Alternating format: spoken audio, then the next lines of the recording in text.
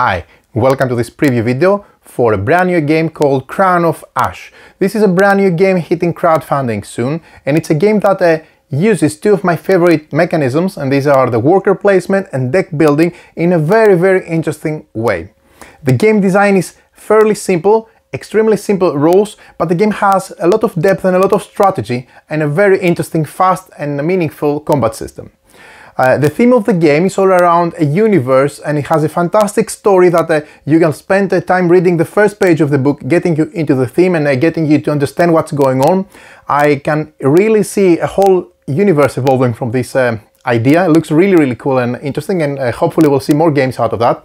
But coming back to Crown of Ash, this is a game that puts player into the shoes of warlords that they have been deceived by the king, and now they have become cursed and become necromancers. So they raise their warriors from the dead, trying to fight again for conquering and wearing the Crown of Ash, as the title indicates. The game has very simple rules. It plays very fast. It's only 4 rounds, and each round you'll be sending minions to do your bidding for the worker placement aspect, essentially trying to raise resources, to resurrect dead fighters so that you can put them into your pool, and here's the deck building aspect, and then to also try to build structures, own them by taking control of them, and by initiating combat to get them and snap them from out of other players' grasp, because every round, in each of the 4 rounds, you gain victory points from the structures you control. So there's going to be a lot of interaction in this game, and this is a game that really favors player interaction. So if you like player interaction, this is something specifically that you will enjoy, I think. But among all the highlights of the game is the very clean and straightforward system. So not many rules, just enough, but enough to make it interesting and strategic. So there is no lack of depth in this game, even though everything seems natural and straightforward. I think this is done because of the way the game is designed. It's designed in a way to play fast, to be meaningful, to put players against each other, to have a lot of direct player conflict. So if you like that, like me, then it's up your alley. And then to build your strategy, trying to gain resources, try to use them wisely in order to gain new fighters, and then to build structures and benefit from the victory points. There is a lot of tension, and even though the game does not have a mechanism of tug of war, it feels like a tug of war game, because you'll be switching possession and control of different regions and structures a lot in this game, but not in a way that is not meaningful, because if you defend your structures well, then you have a very high possibility to win battles, and when players attack you, you will be able to defend yourself and keep those structures for you. So it's up to the player how they organize their I don't know, strong army of necromancer and undead units in order to defend what makes what matters most. On top of that, the center of the game, as you would expect, is of particular interest because it has a Citadel, and the Citadel offers a variety of victory points, increasing from round to round all the way to the maximum victory points at the end, the 4th round. So this gives a lot of additional things to look for. And the combat is very simple. The defender always has their defending, let's say, units committed, and they can rearrange them if they do amending of through specific actions in the game and put different and stronger units there. But you know what you're defending with, and the opponent knows what you're attacking, what they are attacking with, because they have their hand in its secret. So you need to be careful to make good defense when you want to. The game also has the combat cards, which is a very nice system because it gives me, in a way, some kind of feel from, I don't know, Kemet maybe, which really puts a spark into the combat, but also gives rewards to both winning and losing players depending on which card they used. You can get your cards faster back if you assign one of your worker placement, the 4 ones that you have in the course of the round, to get them faster, so you use the better cards again. So you have to balance this out. And on top of all this, the game really flows well. So going faster in this game is important, because turn order is important, because then you get to recruit better, or those exact fighters that you were looking for to recruit before the other players all gather from or take the actions from the more desired, let's say, worker placement spots. But going later in this game is also beneficial, because then you get to attack other players and get the benefit of gaining the structures and taking control of the territories. So the balance here is really nice, and offers a very unique dilemma continuously, a lot of interaction and very interesting choices to the players. So there you have it. Let's come back on the table. Join me, I'll show you how the game plays. I'm going to put a link in the description of the video for the crowdfunding campaign. This is prototype material, but it will explain fairly every detail of the game, so it's like a rulebook replacement. I'm going to put timestamps so you can quickly jump from one place to the other, depending on if you want to see specific things from the explanation. And then I'm going to come back at the end of this video for a final wrap-up about the game. So join me and let's see how Crown of Ash plays.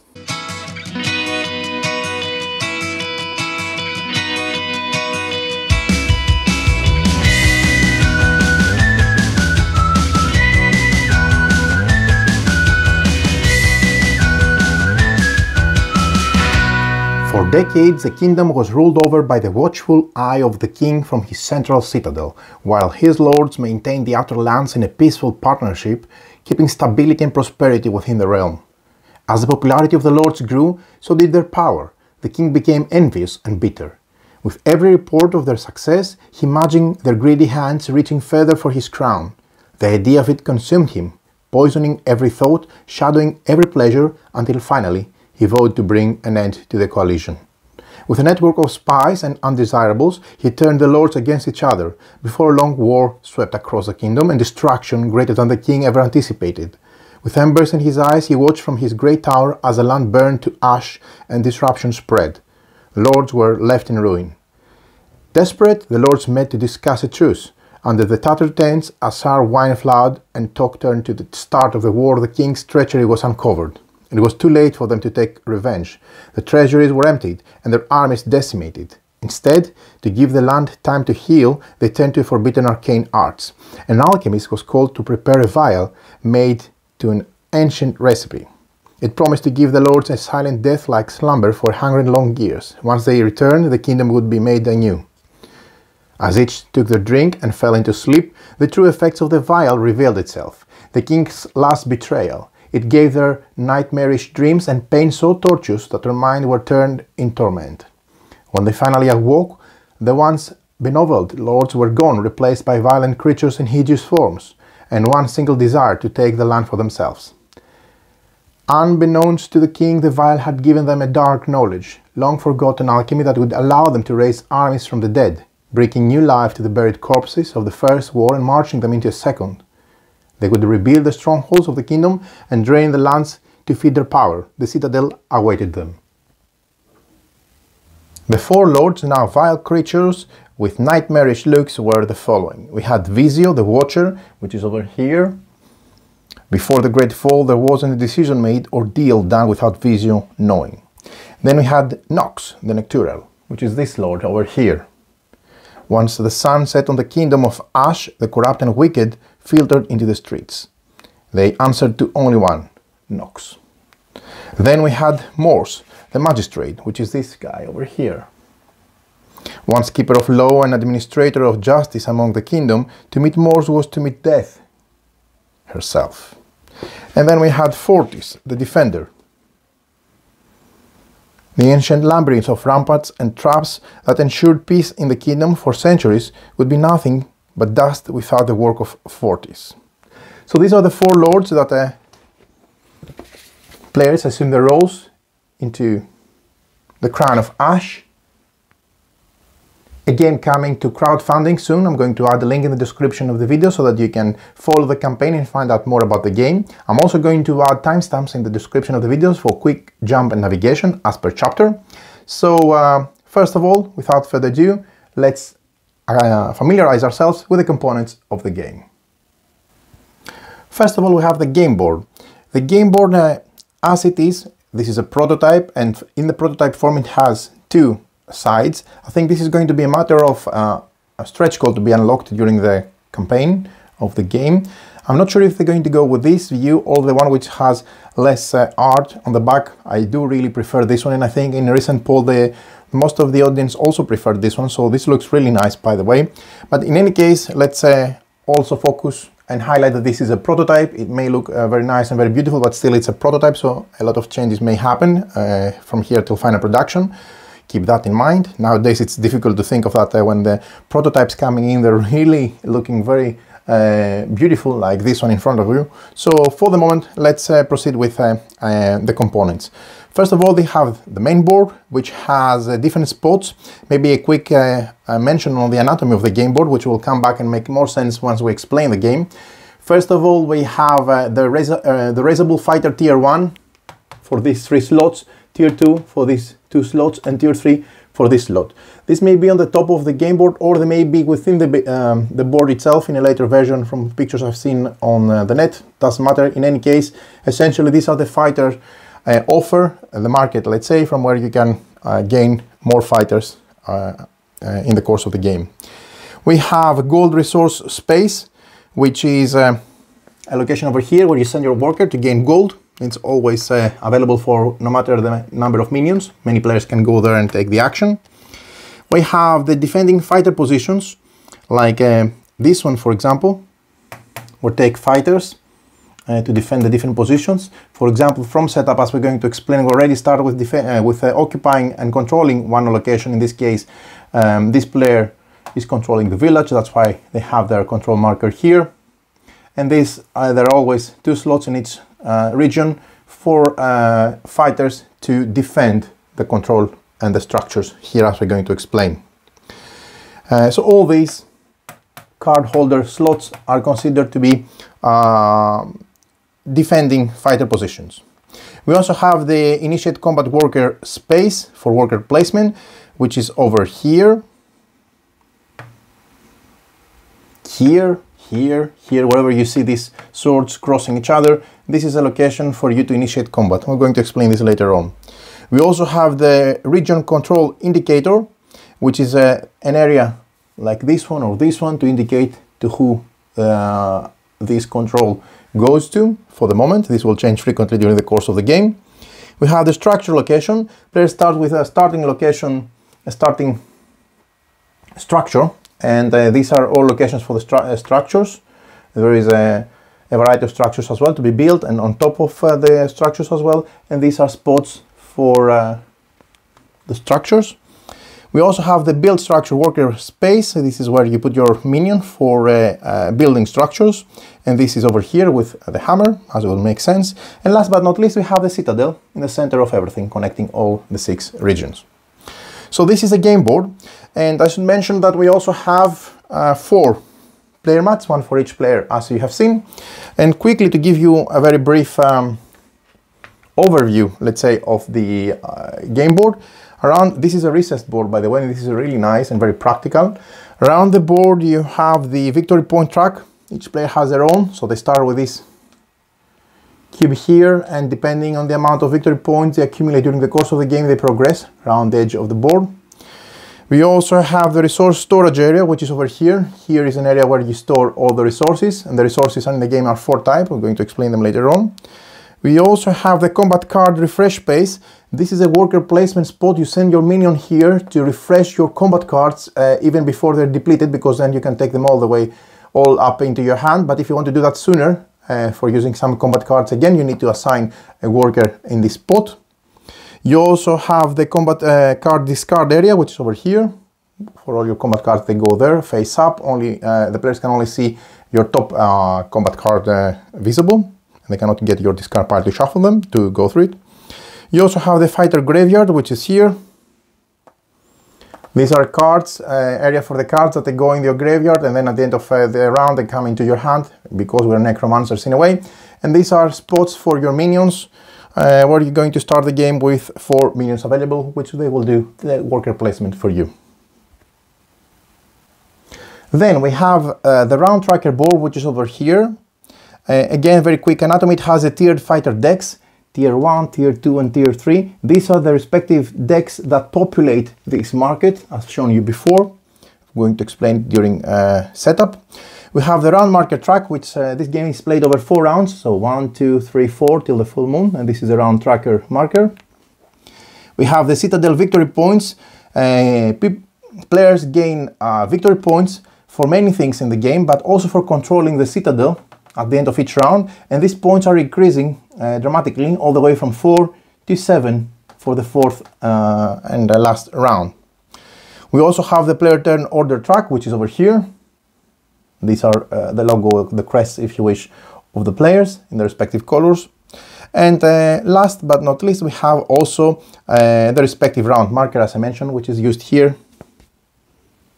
to track the respective round of the game. So we also have 36 fighter cards. These are 24 erasable and 12 starting. I'm just going to show you the starting cards for a player, let's say, but this is the game really works a lot around the fighter cards. They provide different strength and they belong to different suits, and they will give you different abilities and different combat value, if you wish, for you to fight, and you can get better ones as you would expect. So players will start with one of the starting ones defending their first initial tile that they have in their hand, and two more in their hand, and they will acquire more in the course of the game for them to conquer and gain control of different regions. Each player has 25 combat cards. There are 20 combat cards in total. Okay, so each player has, let me show you the blue ones, 5 of those. Again, they have the logo of the player on the back, and they have different strengths, advantages and disadvantages. They give different rewards if you win and different drawbacks if you lose. Okay, and they contribute different amount of strength as well, but we'll explain this over the course of the combat section of the game. Again, each player has 5, and these are driving together with other things the combat section of the game. There is one king card, which is this one. This is a king, and it has a strength of 5 and starts in the Citadel. He's not going to stay there for long, trust me. But you need to defeat him in order to kick him out to begin the game.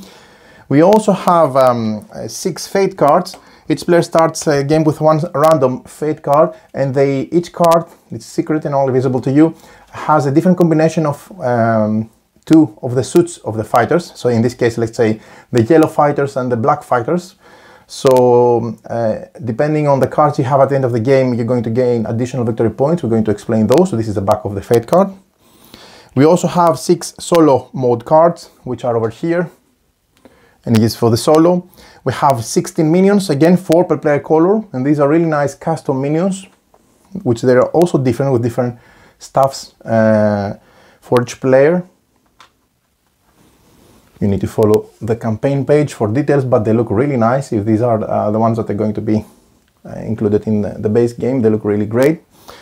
There are also 7 control tokens per player for a total of 28. These tokens again depict the crest of the player, and they go in the different locations. Once you gain control of the different regions, which we're going to explain later on, you indicate with those for which you have control, and each player has 7 of those. And last, we have 1 turn order token per player with the crest of the player.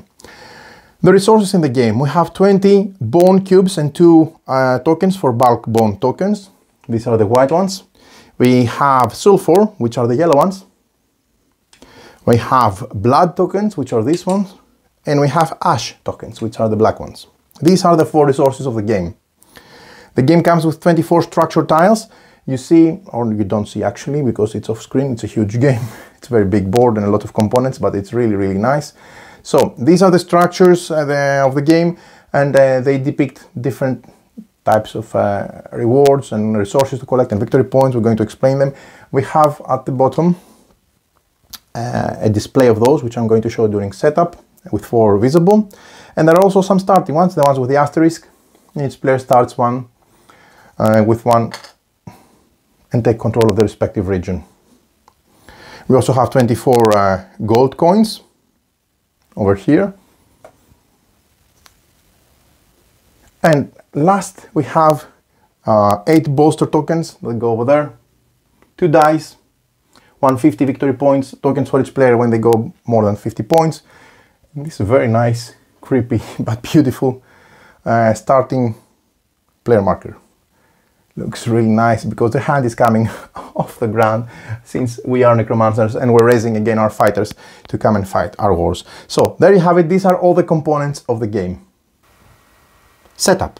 First, we place the game board centrally in reach of all players.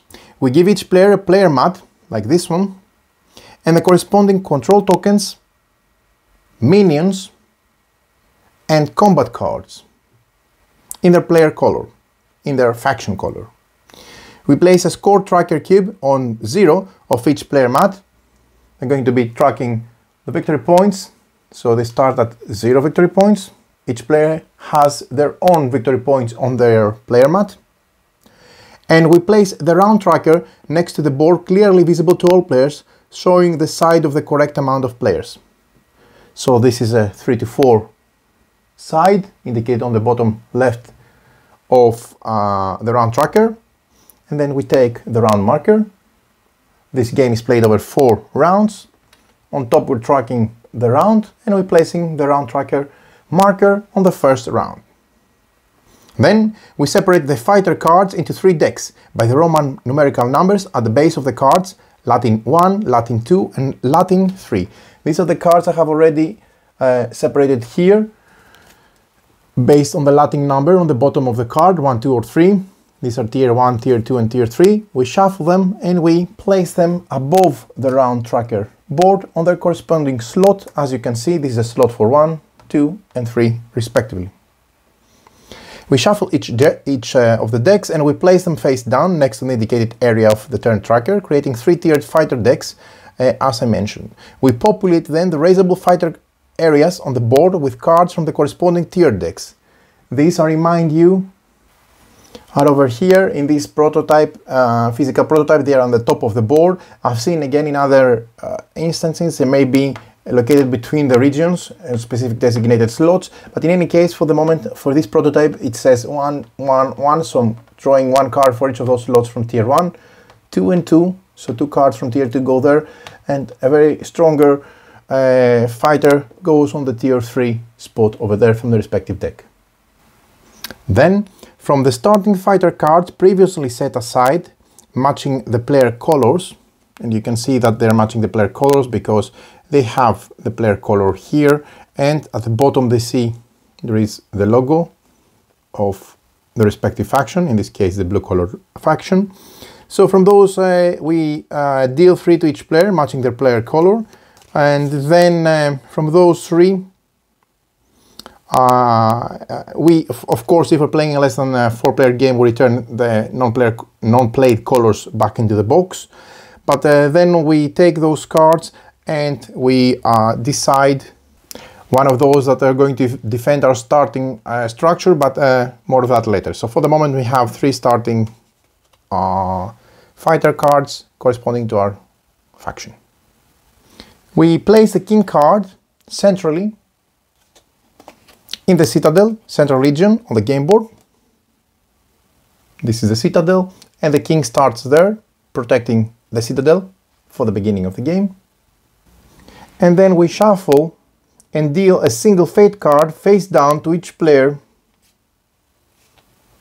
and return the rest to the box. Again, this is the back of the fate card. This is given to each player face down, so only the player knows the 2 colors of the 2 fighter types that they're going to gain additional victory points at the end of the game, but they keep it face down next to their playing area respectively.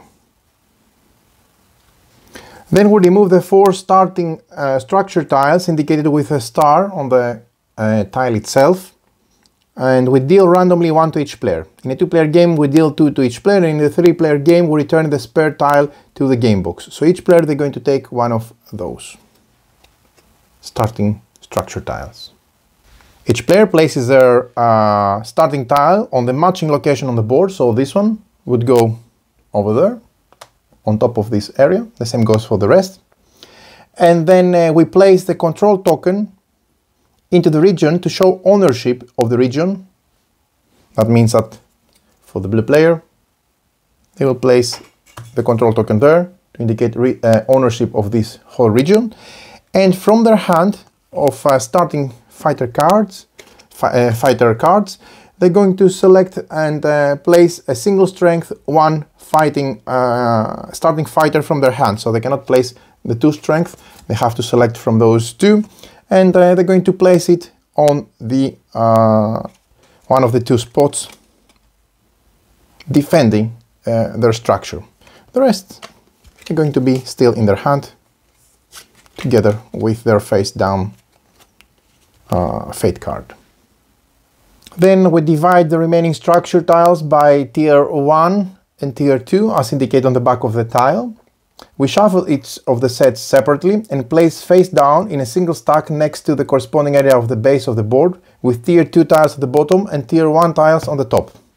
These go over here, which is actually the pool of structures that are going to be used in the game. From that pool we populate the 4 slots, revealing the 4 first structures that are going to be available for the players to buy and build respectively. As I mentioned, we take the round turn tokens of the players and we randomly distribute them into the round tracker to indicate the player order for the first round. Then we place a round marker on the first leftmost round indicator on the round tracker over here to indicate that we're playing round 1. And last we place the resource, gold, dice and bolster tokens in reach of all players. We give 2 gold to each player that they're going to be keeping here on their player mat respectively, together with the resources they have. And we give the active player, in this case it's going to be the pink one, but let's say it was the green one, the starting player token for the round, so they're going to be the first player to start the game.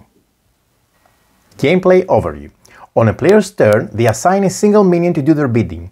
They perform the action associated with the assigned worker space, then at the end of their turn, optionally, they can raise a single fighter. There are 4 actions that the minion can trigger, and these are the following. First of all, gather. A player can send a minion on a gather spot, like this one, for example, sending their minion during their turn, in order to gain resources needed to later recruit powerful undead fighters. In this case, they would gain 1 bone and 1 blood, as indicated by the tile. More on that later, and place it on the player board.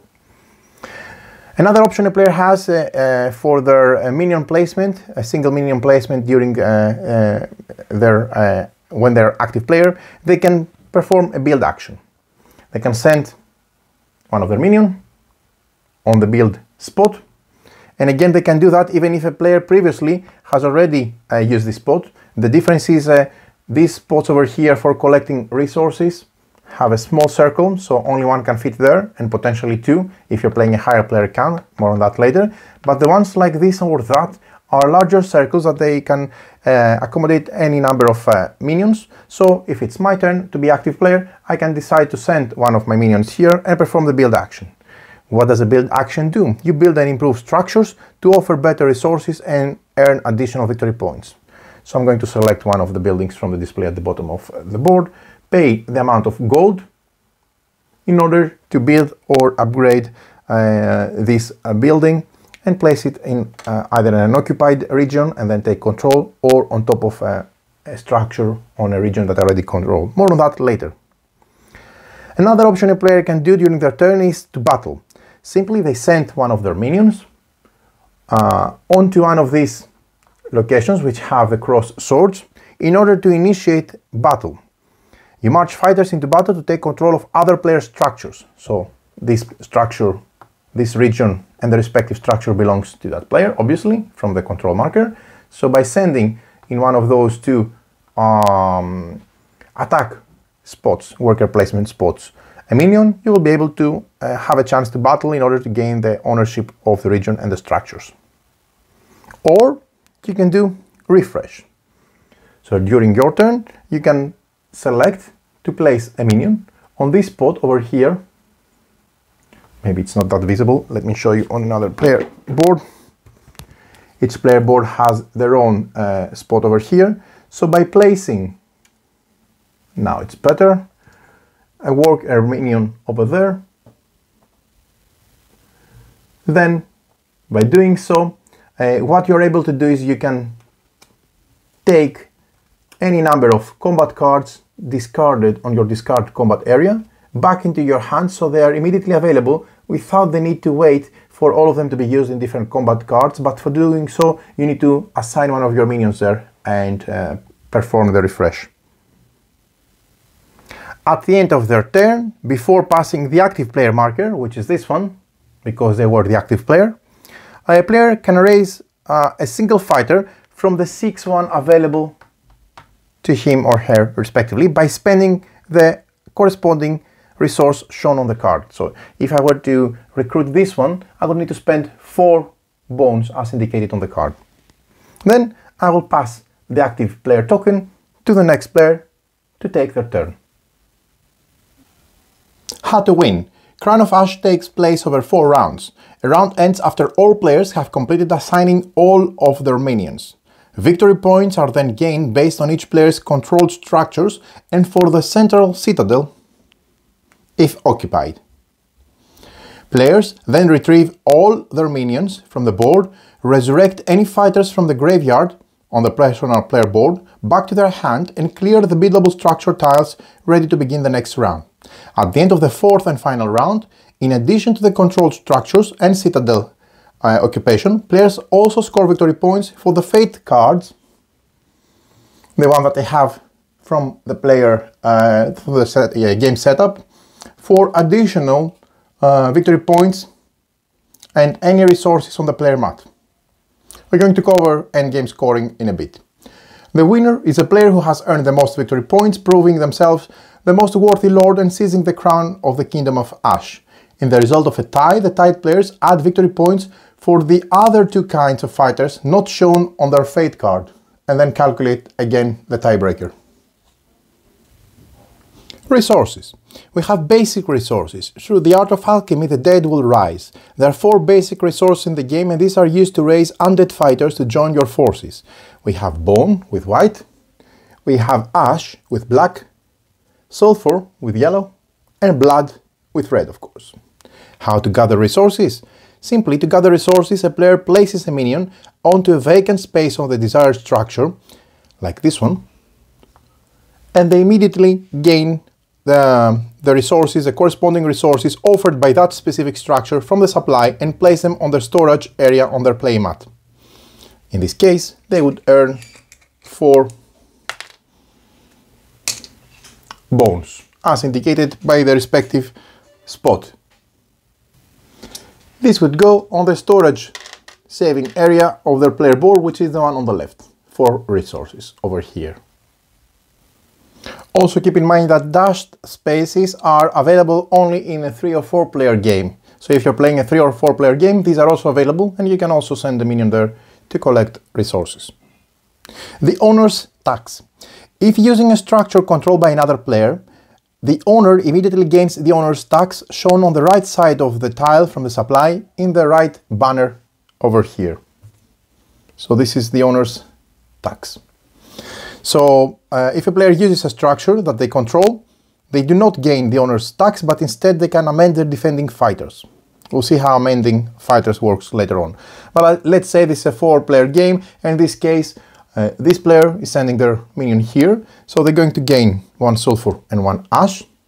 And since this is a structure not belonging to them, it belongs to the blue player is going to gain also the owner's tax, which in this case is 1 sulfur resource, again from the supply.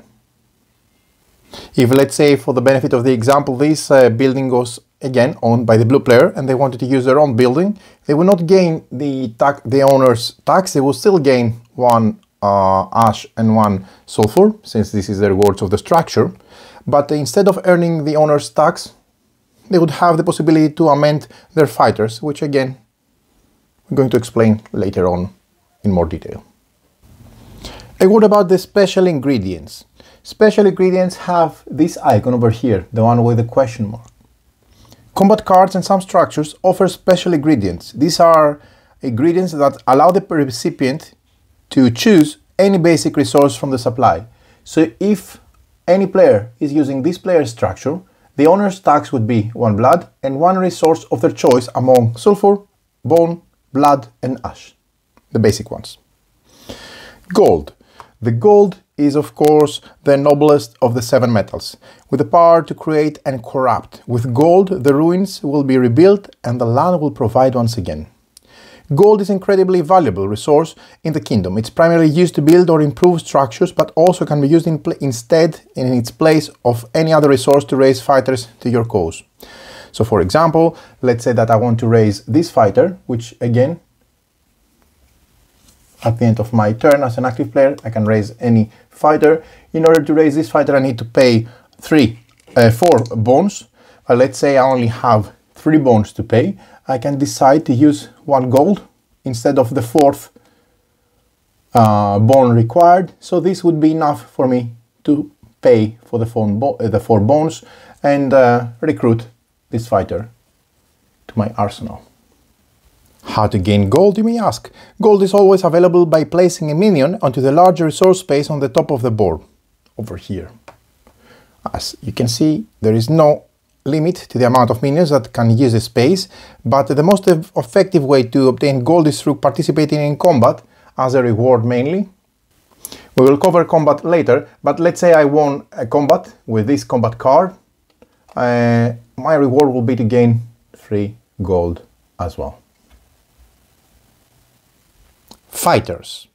We have fighters all around the kingdom. So let's see the anatomy of the fighter card. First of all, we have the fighter kind, which is depicted on the top triangle, depicting the type. Then we have the attack value, which is depicted on the top left side in a circle. This is a strength of 1, and this is a attack value strength of 3. Then we have the required resources over here at the bottom. These are the resources needed to resurrect and acquire and pay for to buy this fighter if you wish. This is a starting one, that's why it doesn't have any resources. And last but not least, we have the fighting tier, which again is depicted here at the bottom. This is a fighter tier 1. As I mentioned, you can have fighter tier 2 or fighter tier 3, which of course they're more expensive to resurrect, but they do provide much more attack value to combine for your attacks. The attack value, all fighters have an attack value displayed on the top left of the card ranging from 1 to 6. So the minimum is 1 and the maximum is 6 that you can have. And the fighter with a higher attack value is more valuable, as you would imagine. The higher the score, the more powerful the fighter is in combat. Raising fighters. To fight and die in the service of your lord was a great honor, an honor that no one expected to experience more than once. At the end of the player's turn, if they have the necessary resources, they may raise a single fighter from the 6 available to them by paying the respective cost shown at the bottom of the fighter card. The player returns the resources shown on the base of the desired fighter card to the supply and takes the card into their hand. In this case, I would pay 3 blood, 3 bones and 3 ash, and I can always substitute any missing resource of the basic ones for a gold, or even more than that, as long as I have a lot of gold, and then I can acquire a single fighter card, but only a single card, any of the 6. Fighter kinds. There are 4 kinds of fighters corresponding to each of the basic resources of the game. For each of the kinds, the matching resource always forms a large portion of its resource requirements. So for example, you see, this is the yellow, the black, the white, and the red, and they all correspond to the basic resources. And in this case, the yellow is a sulfur, so a large portion of the requirements is in sulfur. For this one, a large portion of the requirement, single requirement here, is in ash, bones because it's white, and blood because it's red. Again, 4 kinds, 1 for each of the basic resources. Grouping fighters of the same kind, again, same kind on the top of the fighter card, is not required, but matching fighters in combat adds additional attack value, +1 for a pair, +2 for a set of 3. So for example, if I have in combat those 2, normally my attack value would be 1 + 3, 4, but because I have a pair of the same kind, I get +1. So here my attack value is 1 + 3, 4, +1 for the pair equals 5. And if I have 3 of a kind, again the same kind, yellow, sulfur in this case, my value would be 1 + 3, 4, +4, 10, +2 for having 3 of a kind, for a total of 12. Replenishing fighters. Once a fighter is raised, the empty position in the row of available fighters to recruit is, of course, immediately replenished with a new fighter from the tier deck that matches the symbol at the space of the board, 1, 2 or 3. If there are no fighters left in the corresponding tier deck, which again are on top of the round board, so tier 1 deck replenishes a tier 1 spot, tier 2 replenishes tier 2 spots, and tier 3 replenishes tier 3 spots respectively, vacant spots. If there are no fighters left in the corresponding tier deck because any of those decks has finished, then you replenish from the neighboring deck of the lowest available value. So if 1 is empty, you replenish from 2. If 2 is empty, you replenish from 1. If 3 is empty, you replenish from 2. If 2 decks are empty, you replenish from the remaining deck. And once all decks are empty, the space is left empty. Structures. So, what are structures? Mighty towers once stood looming over the land like loyal knights in full plate armor, but now long abandoned and fallen to ruins. The process of rebuilding will be costly. Structures determine what resources are available to gather from the game board as the structures are property of the player who controls them. A player controls them will be determined. A player who controls more structures than other players will gain more victory points, and they will receive those points at the end of each round. So let's see the breakdown and the anatomy of the structures. Let's focus on this one, for example, or maybe even better, let's take one non-starting one. So we have first of all here the gold cost. So in this case this costs 1 gold. These have star because these are starting structures. We have the victory point value, which is on the bottom left. So this will award 2 victory points at the end of each round.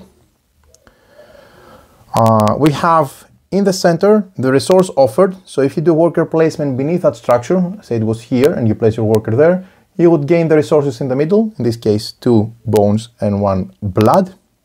Here is the owner's tax. If it's owned by another player, and you use their structure by worker placement, the owner will gain the owner's tax. And then we have the structure tier, which dictates and indicates at the back which tier it is. It could be tier 1 or tier 2, or even starting structures. How you build structures. To build or improve a structure, a player places a minion into the building space location at the base of the game board. This is this location here, which has the hammer. So, by placing a minion there, you will be able to build or improve a structure. The player then pays the amount of gold displayed on the top left corner of the desired structure from the 4 face-up available structure tiles at the bottom of the board. There is a display of 4 available structures to build every time, and you will of course be choosing from those available in order to build. And keep in mind that for this spot, for building spot, when you send your minions, there is no limit to the amount of minions that can use this build space, as it is a large circle compared to the small circles below the structures for collecting resources. There is an immediate gain upon building or improving a structure. Let's say that for the benefit of example, let's say I selected this structure, I paid 1 coin, okay, so I'm building it. I'm going to explain where I build it, but for the moment just let's say I build it here. There is an immediate gain upon building or improving a structure. That player immediately gains the resource offered by that structure, which means in this case, if I'm the one building it, I will gain 2 bones and 2 ash, because it's the immediate gain. So placement. Purchased structure tiles are placed in uncontrolled regions or on top of any structure already controlled by the player. So in this case this was valid because this structure is already controlled by me, and I can place it on top of that. I could also be placing those in an uncontrolled area. So let's say this was not controlled yet, okay, and I decide, and there is no fighters there, or there is no control, whatever. So I can decide to build it on an uncontrolled area, and by doing so I immediately gain control and place my control token. And then the player may immediately add up to 2 fighters from their hand to defend this structure. So I took control of this one because I either built or improved. and then I can place up to 2 fighters to defend the structure which I just built. If, let's say, for example, the region is already controlled, the player places a new structure tile on top of it, on top of the existing structure, and like doing so, let's say I build this structure, I pay the resources, again, I put it here, I gain the reward, and then if I control this region, which I do, I may immediately amend my fighters, and I'm going to explain how amending my fighters means. Essentially, I can reorganize them so that I can better defend it, but I can do amending only then. Then also immediately replace the vacant purchase structure with a new tile from the stack, so you can always have an offer of 4 to build from. Defending structures. Throughout the game, players will always try to attempt to attack and gain control of other players' structures. So only fighters already placed into the region when attacked can defend it. So players should ensure that structures are appropriately defended in advance. Defending fighters can only be changed by amending fighters, as we explained, and we'll show how this is done in practice later on. So players may choose to leave a region undefended, and undefended structures have an attack value of 0. Defending players must still use a combat card and retain the advantage of winning in a tie if attacked, but then they don't have any attack value to defend. So this is a weak point. As I mentioned, we have structured tiers. Buildable structures comes from 2 tiers, tier 1 and tier 2. At the start of the game, only tier 1 structures will be available, which will offer fewer resources and less VP than tier 2. At the end of each round, the face-up buildable structure tiles are cleared. So all these, at the end of the round, any of the 4 rounds, these 4 buildings will be cleared and new buildings will be placed in its spots to offer new possibilities for the players. You see, this offers 2 gold, for example. Or these have as an owner's tax reward, if you use my building and I own these, a resource of my choice. If there are no tiles left in the stack, you shuffle the set aside tiles and create a new stack to draw from. In order of uniqueness, we have a unique structure. The resurrection structure doesn't offer resources. Let me locate it for you so that you can see. So we have this structure, which is a tier 2 structure, and has this art. This is a resurrection structure which doesn't offer resources but allows a player to immediately return a single fighter from their graveyard to their hand. And upon being built, the player can immediately return a single fighter from their graveyard to their hand, and they may immediately amend using this fighter. This is very, very useful because you can also amend when this is built. Victory points. At the end of each round, players will score the victory points value of all the structures under their control shown on the bottom left tile. So let's say in this case, this player has 2 structures, this structure and that structure. This gives them 2 victory points and this gives them 2 victory points. In addition to the face value, 1 victory point is scored for each structure tile covered over by the top tile. So that means in this case there is nothing covered, so only 2 victory points, but in this case it will be 2 victory points plus 1 for 3 total victory points. Or if it goes like that, I would gain again the face value, 2 victory points, plus 2 victory points 4, and for this one we'll gain 1 victory point for each tile beneath, no matter how many victory points they offered if they were facing up. Okay, so 2 plus 1 for a total of 4 for this stack. Always you get the full face value. Amending Fighters. When a player builds on or gathers resources from a structure they control, they can amend the fighters defending that region. The player can add or exchange fighters with ones from their hand or remove the existing fighters entirely, returning them to their hand. For example, if I build with a build action and I choose this one because I can build on top of that because I control it, I cannot build on top of locations that other players control, so I could never build here, for example, overbuild, because it's controlled by that player. But when I build on a structure that I control, or when I send a minion to gather resources, I send my minion to gather resources from a structure I control. On top of everything explained, I have the possibility to amend my fighters. Basically, I can take these all together on my hand, I can rearrange them so I can strengthen my position or weaken my position and so on, depending on how valuable this is for me and how much I want to defend it or risk it. So this is always important to remember. The Citadel. What is a Citadel? The once beating heart of the thriving kingdom, the Citadel now stands as a monument to its destruction. The Citadel is at the center of the game board and is occupied at the start of the game by the king. This is the king. It has a strength of 5, as you can see. So the Citadel doesn't offer any resources, but instead awards a significant amount of victory points at the end of each round to the player occupying it. The amount of victory points are depicted on the round. So for the first round it's 4, for the second is 5, the third is 6, and the fourth round is 7. The first player to conquer the Citadel must defeat the king. The attacking player must use a single combat card and up to 3 fighters to beat the king's attack value of 5. The king does not use a combat card. The player resolves their combat card as normal and if victorious returns the king to the game box and moves all attacking fighters into the Citadel to defend future attacks, and then they put also a control token to show that they control the region. So let's say I managed to defeat the king. I'm not showing the combat example now, I'm going to show it later. I'm just showing that I remove the king. I'm placing up to 3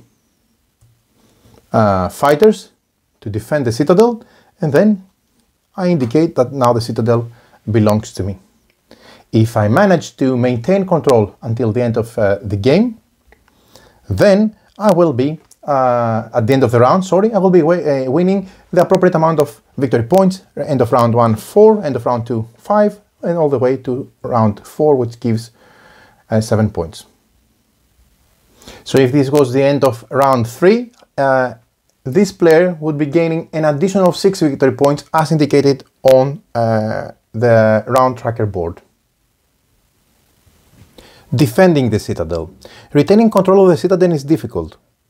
Unlike other regions of the board, there is no limit to the amount of times the Citadel can be attacked, and this is indicated by the large circle below the Citadel for attacking purposes. But the location of the attack affects the total attack value, because you can attack either from this area, or from that area, or from that area. Unlimited number from this area, single time during a round from these 2 areas. So the left and right flanks of the Citadel are more vulnerable, but can only be attacked once per round. So you can send to attack either here or here. And it would make sense if these 2 are unoccupied to start from this one, because it gives you +1 to the attacker if you go to this one. If this is occupied and then you attack another time, you'll go here because this has +0, no modifier applied.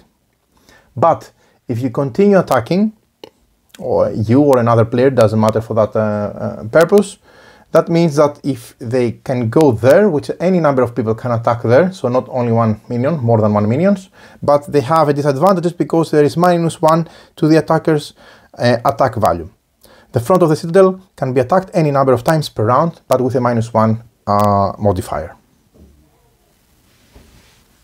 Initiating combat. And in general, combat overall. So, to initiate combat, a player places a minion onto a vacant combat space in the area controlled by another player and announces their intentions. So, hey, I'm coming to attack you. Combat can only be initiated if the attacker has at least 1 fighter in their hand to participate. If I don't have any fighters to participate, I cannot initiate combat. The attacker selects up to 2 fighters from their hand, or up to 3 fighters, depending if they are attacking the Citadel, but for all other regions only up to 2 fighters, and they play them face down on the table to show that they are attacking the defender. The defender's forces are always visible because I'm attacking the mountains, and these spots are for defending, so I know in advance what they are defending with. The defender cannot add additional fighters to the combat from their hand at this stage. Both attacker and defender can select a single combat card from their hand and place it face down, so that they can indicate with which card they're participating in the combat if they wish. So let's say that the defending player, in this case this player, the purple, is selecting this card, and the attacking player, let's say this player, I'm putting everything on the board, but it doesn't have to be on the board just to make it fit the screen. It's off table, or on the table of the board, is participating with this fighting card, let's say. So they're fighting with this card and with this combat card. Both players then simultaneously reveal the cards and compare the combined attack value for the fighters and combat card. And the winner will be the player with the highest combined score, and the defenders always win on a tie. So, let's say in this case, I know that I'm attacking, and I know that the defender are defending with a value of 3 + 1, and they play this combat card. So, once we're ready, I'm showing with what I'm attacking. I'm attacking with this undead dragon with a strength of 6, and we both simultaneously reveal all of our cards, both my attacking force and both of the attack cards. Okay, so focus on this one. So now let's calculate in this example the total strength. So the offensive attack is 6 plus, there is no attack value here. Typically in combat values you can see, let's say, a modifier, a 4, so it will be 6 + 4 if I played this card. But I decided to play this card because this one I had available, let's say, for the moment. So 6 plus a die roll. So I'm rolling a die, okay? And let's say I rolled 2. So my attack force would be 6 plus 2 for a total of 8 for the player taking the offense. For the player taking the defense, their defense attack value is 3 + 1, 4. They have a pair, so they gain a +1. So 4 + 1, 5, and they also played this card, so 5, 3, 4, 5, plus this card, which gives them another 1, for a total of 6. So 6 versus 8. Again, if it was a tie, the defenders would win the tie. 8 versus 6, that means that the attacking player is winning.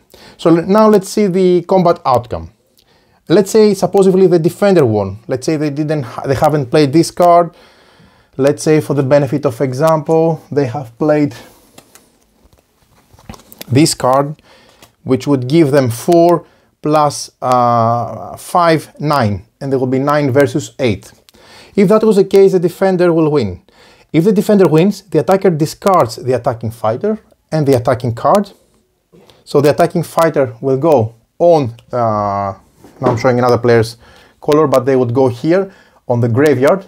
So I would place any, let's say, any fighters taking the offense that they lost here on the graveyard. Okay, so I'm not picking up this card now, just to continue with the example.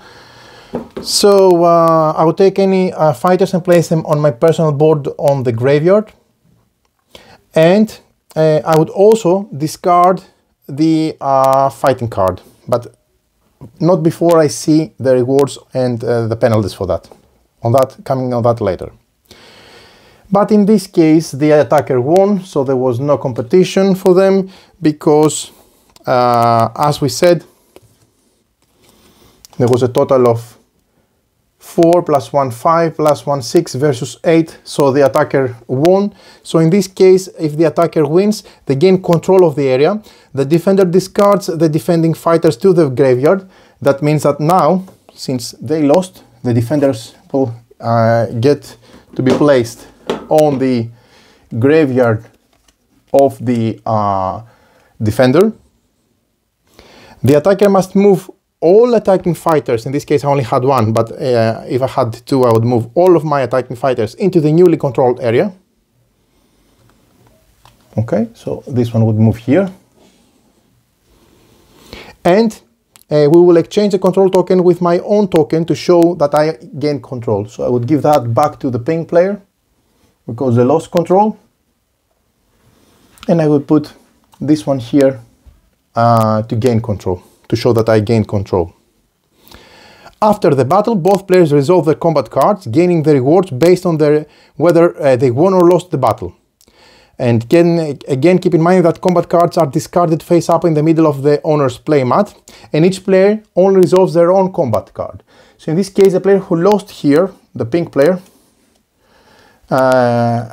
would focus on their card, the combat card. They would gain that if they won, 2 gold, but instead they gain this one because they lost. So as a compensation, they gain 1 resource of their choice, okay? And they put it face up on their player board. And respectively, this player, because they won, they gain the upper part, which is 1 victory point. So they will go on their victory point mat, and after discarding their combat card on the respective spot, they would gain the amount of victory points indicated on their combat card. Combat cards. Using combat cards. Combat cards represent the player's own influence as a powerful necromancer on the battlefield. Each player has an identical set of 5 combat cards with values of 0, 1, 3, 4 and a dice that bolsters the attack value in battle. The anatomy of the combat card is very simple. We have on the left the attack value. This is added to your attacking force value from your fighters attacking, in this case 3. Then you have the winning reward, which is in the green banner showing upwards, in this case 1 gold.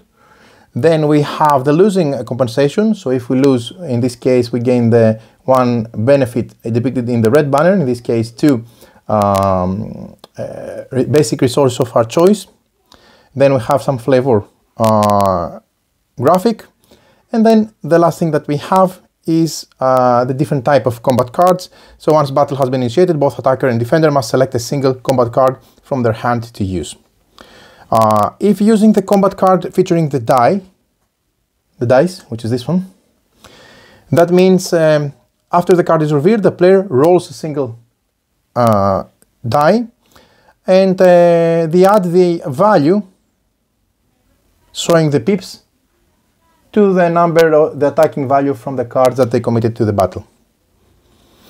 The rewards. Depending on the outcome of the battle, each player receives the rewards and the compensation shown on their own combat card. I only gain the rewards if I won or lost from my card, and my opponent from their own respective combat card. They gain the reward shown in the top green section for winning and the bottom red section for losing, and all combat card rewards with either gold, resources or victory points. The only exception is the bottom black section on the 0 card, which is this one, which shows a black banner, and this offers no compensation upon losing, but instead the winner is forced to discard a single fighter of their choice from those involved in the battle to the graveyard, even if it means a region is left undefended. Discarding combat cards. After battle, the used combat card is discarded face up. So let's say I use this battle card, then I need to discard it on top of my discard pile. Only the most recent combat card is visible, and players are not allowed to look through opponents' discarded combat cards. And once all combat cards have been played, all 5 of those, then the player immediately takes all 5 of them back into their hand. But let's say I'm somewhere in between. Players can always refresh their combat cards earlier than that by placing a minion in this spot here, which allows them to take any played combat cards back into their hand so that they have them available for future combats. End of round. Once all players have assigned their minions, the round is over. At the end of the round, players first score for each of the areas they control, adding the points earned from the structures with an additional victory point for each cover tile in the stack. If the Citadel is occupied, that player gains the victory point displayed on the round tracker. Again, we are on the first round, that will be 4. Or in the last and 4th round, this will be 7. You retrieve all the minions back to their player mat. You return any fighter cards from their graveyard, any fighter cards that you have played and they have ended up in your graveyard. You take them back into your hand, all of those from the graveyard. We are necromancers after all. We clear and redraw the 5 buildable structures. So these 5 which are now not shown but they are below, your main board will be discard and 4 new will be drawn, and you progress the turn tracker to the next round, which means now we're going to play, for example, round 2. Okay? We allocate the turn order for the next round, and then we continue with the next round. So turn order. Going sooner in Crown of Ash allows player to preferential access to worker placement spaces and raisable fighters. Going later gives them advantage to conquering and building, so they have to always balance out between the two. For the first round, turn order is decided by shuffling the player turn tokens and randomly placing them onto the turn tracker. Subsequent rounds are decided by the player with the lowest victory points at the end of the round.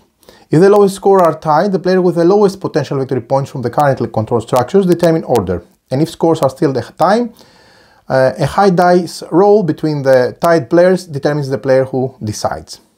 For accessibility purposes, some players may find changing turn order difficult to track. In this case, it might be beneficial to keep the turn order in a clockwise direction, and the player with the lowest victory point chooses the starting player every time. End game scoring. When to score. At the end of the 4th round,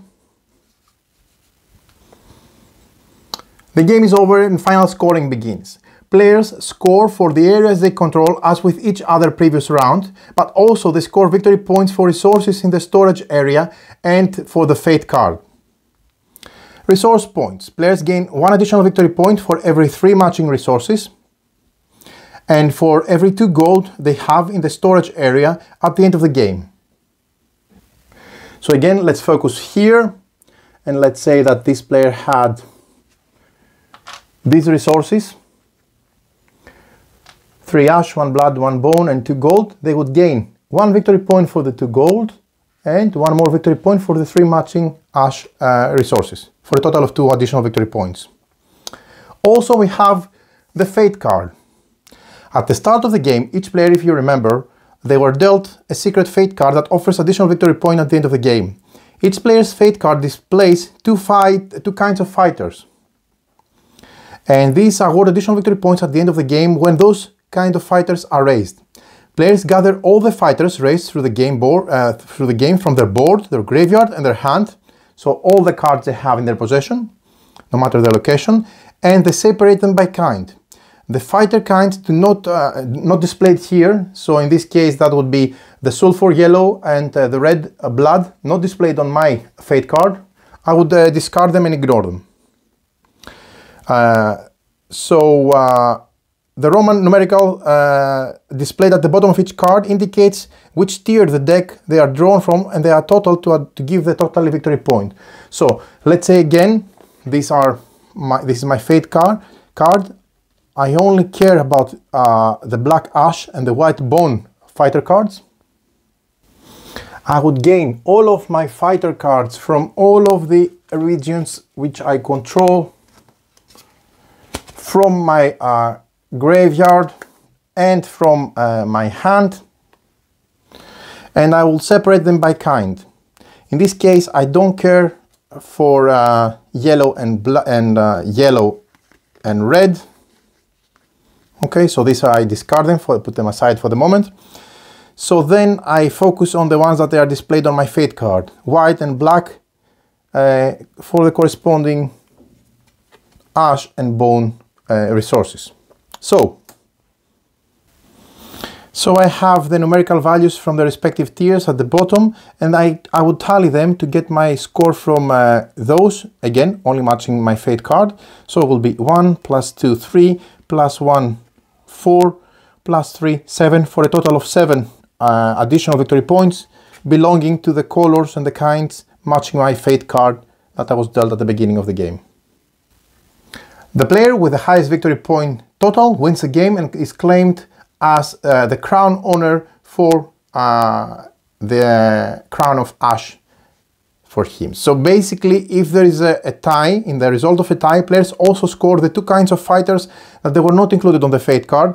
So in this case, if there was a tie, for example, I would also need to count, in addition to the tiebreaker with those, I would count also the other type of fighters that they were not included in my fate card. So I would also count the red and the yellow for me as well, and then this will be the tiebreaker. The game also comes with a solo mode and AI players with a solo deck, and it's actually an automa which has a very interesting, simple but very interesting solo mode with an automa. This can be played either if you're playing solo against a virtual player, an automa player, but also the AI can be added in a 2 or 3 player games, and in this scenario the AI is unlikely to win but instead acts as a buffer between players. This will be recommended for new players playing the game against experienced players or for players that want less direct conflict, for example. So there you have it. This is everything you need to know about Crown of Ash. So let's move back up. Crown of Ash. What an unexpected surprise. If you like games like, I don't know, maybe Dune Imperium, which is a game that really gives straightforward contests in the players with worker placement and deck building, this game has a completely different feel, but I think it will scratch the same, I don't know, desire, if you wish. Blending very, very well with extremely simple way, but very meaningful, deck building and worker placement in a fast pace with a lot of interesting options, a lot of resource management and deck management, which doesn't bog down with many details and, I don't know, additional things to remember and additional rules to remember, etc. I think it's geared towards having conflict, fun, in a meaningful, strategic way, and this really delivers. In the game you have to really always make a choice whether you want to go faster with your minions in order to gain the better spots from other players, if you're first in turn order that is, or I don't know, recruit and resurrect the best units or what you want to be in your pool of units from the ones available. Or you're a bit later on the turn order in order to be able to see what the other player is doing and then take opportunities and attack. So attacking and defending is done really well in this game.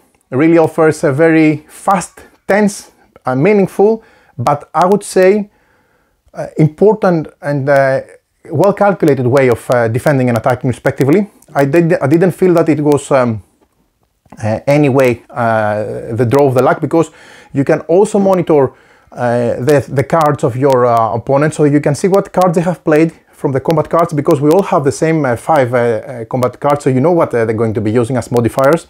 You see what they're defending with, and you also see the top card of the discard pile, so you can really plan ahead when you want to really snatch a region and some structures out of your opponents. The game has a lot of back and forth. I really like the way it's done. It's done fast, simple. It doesn't have any take that element, but of course there are going to be conflicts with different players going and I don't know, structures and regions switching hands a lot. But the timing is important, because some structures are going to be more valuable. You need to have an eye for the Citadel, because it offers a lot of victory points.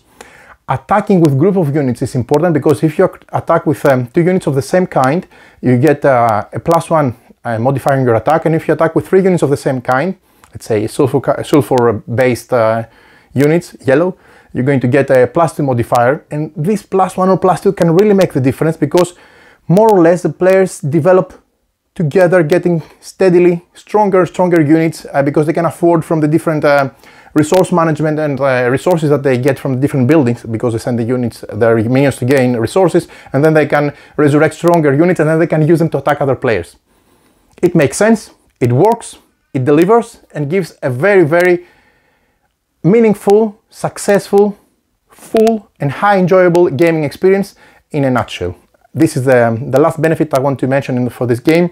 It really doesn't overstay its welcome. It lasts as it should last. The timing is and the amount, the gameplay session lasts as long as I wanted it to last.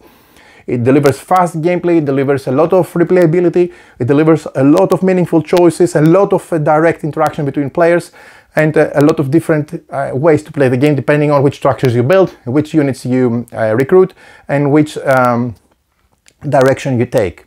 I think it's highly entertaining. I do recommend it. It also offers a solo mode, which is an important aspect to mention, because solo modes usually it's typically trying to beat your own score, or if you're lucky, an automa, so that you can play against another player, a virtual player. What this game does, and is also meaningful, you can also use the automa as a virtual player in a two-player game. So it's like playing versus three in a virtually three-player game. Two physical players and an automa that will give you a three-player session, or you can be three physical players and play it with an automa so that you can have a full house. Again, this is nice. So very well designed, a lot of options, very interesting take on fast, clever but robust delivery of worker placement, deck building and fighting for control in a very, very unique way. I would love to see the game's theme and universe being taken and enriched into other directions, because I really love the intro, and I highly encourage you to get to read behind the story and the universe of the Crown of Ash, because it looks fascinating. So there you go, this is Crown of Ash.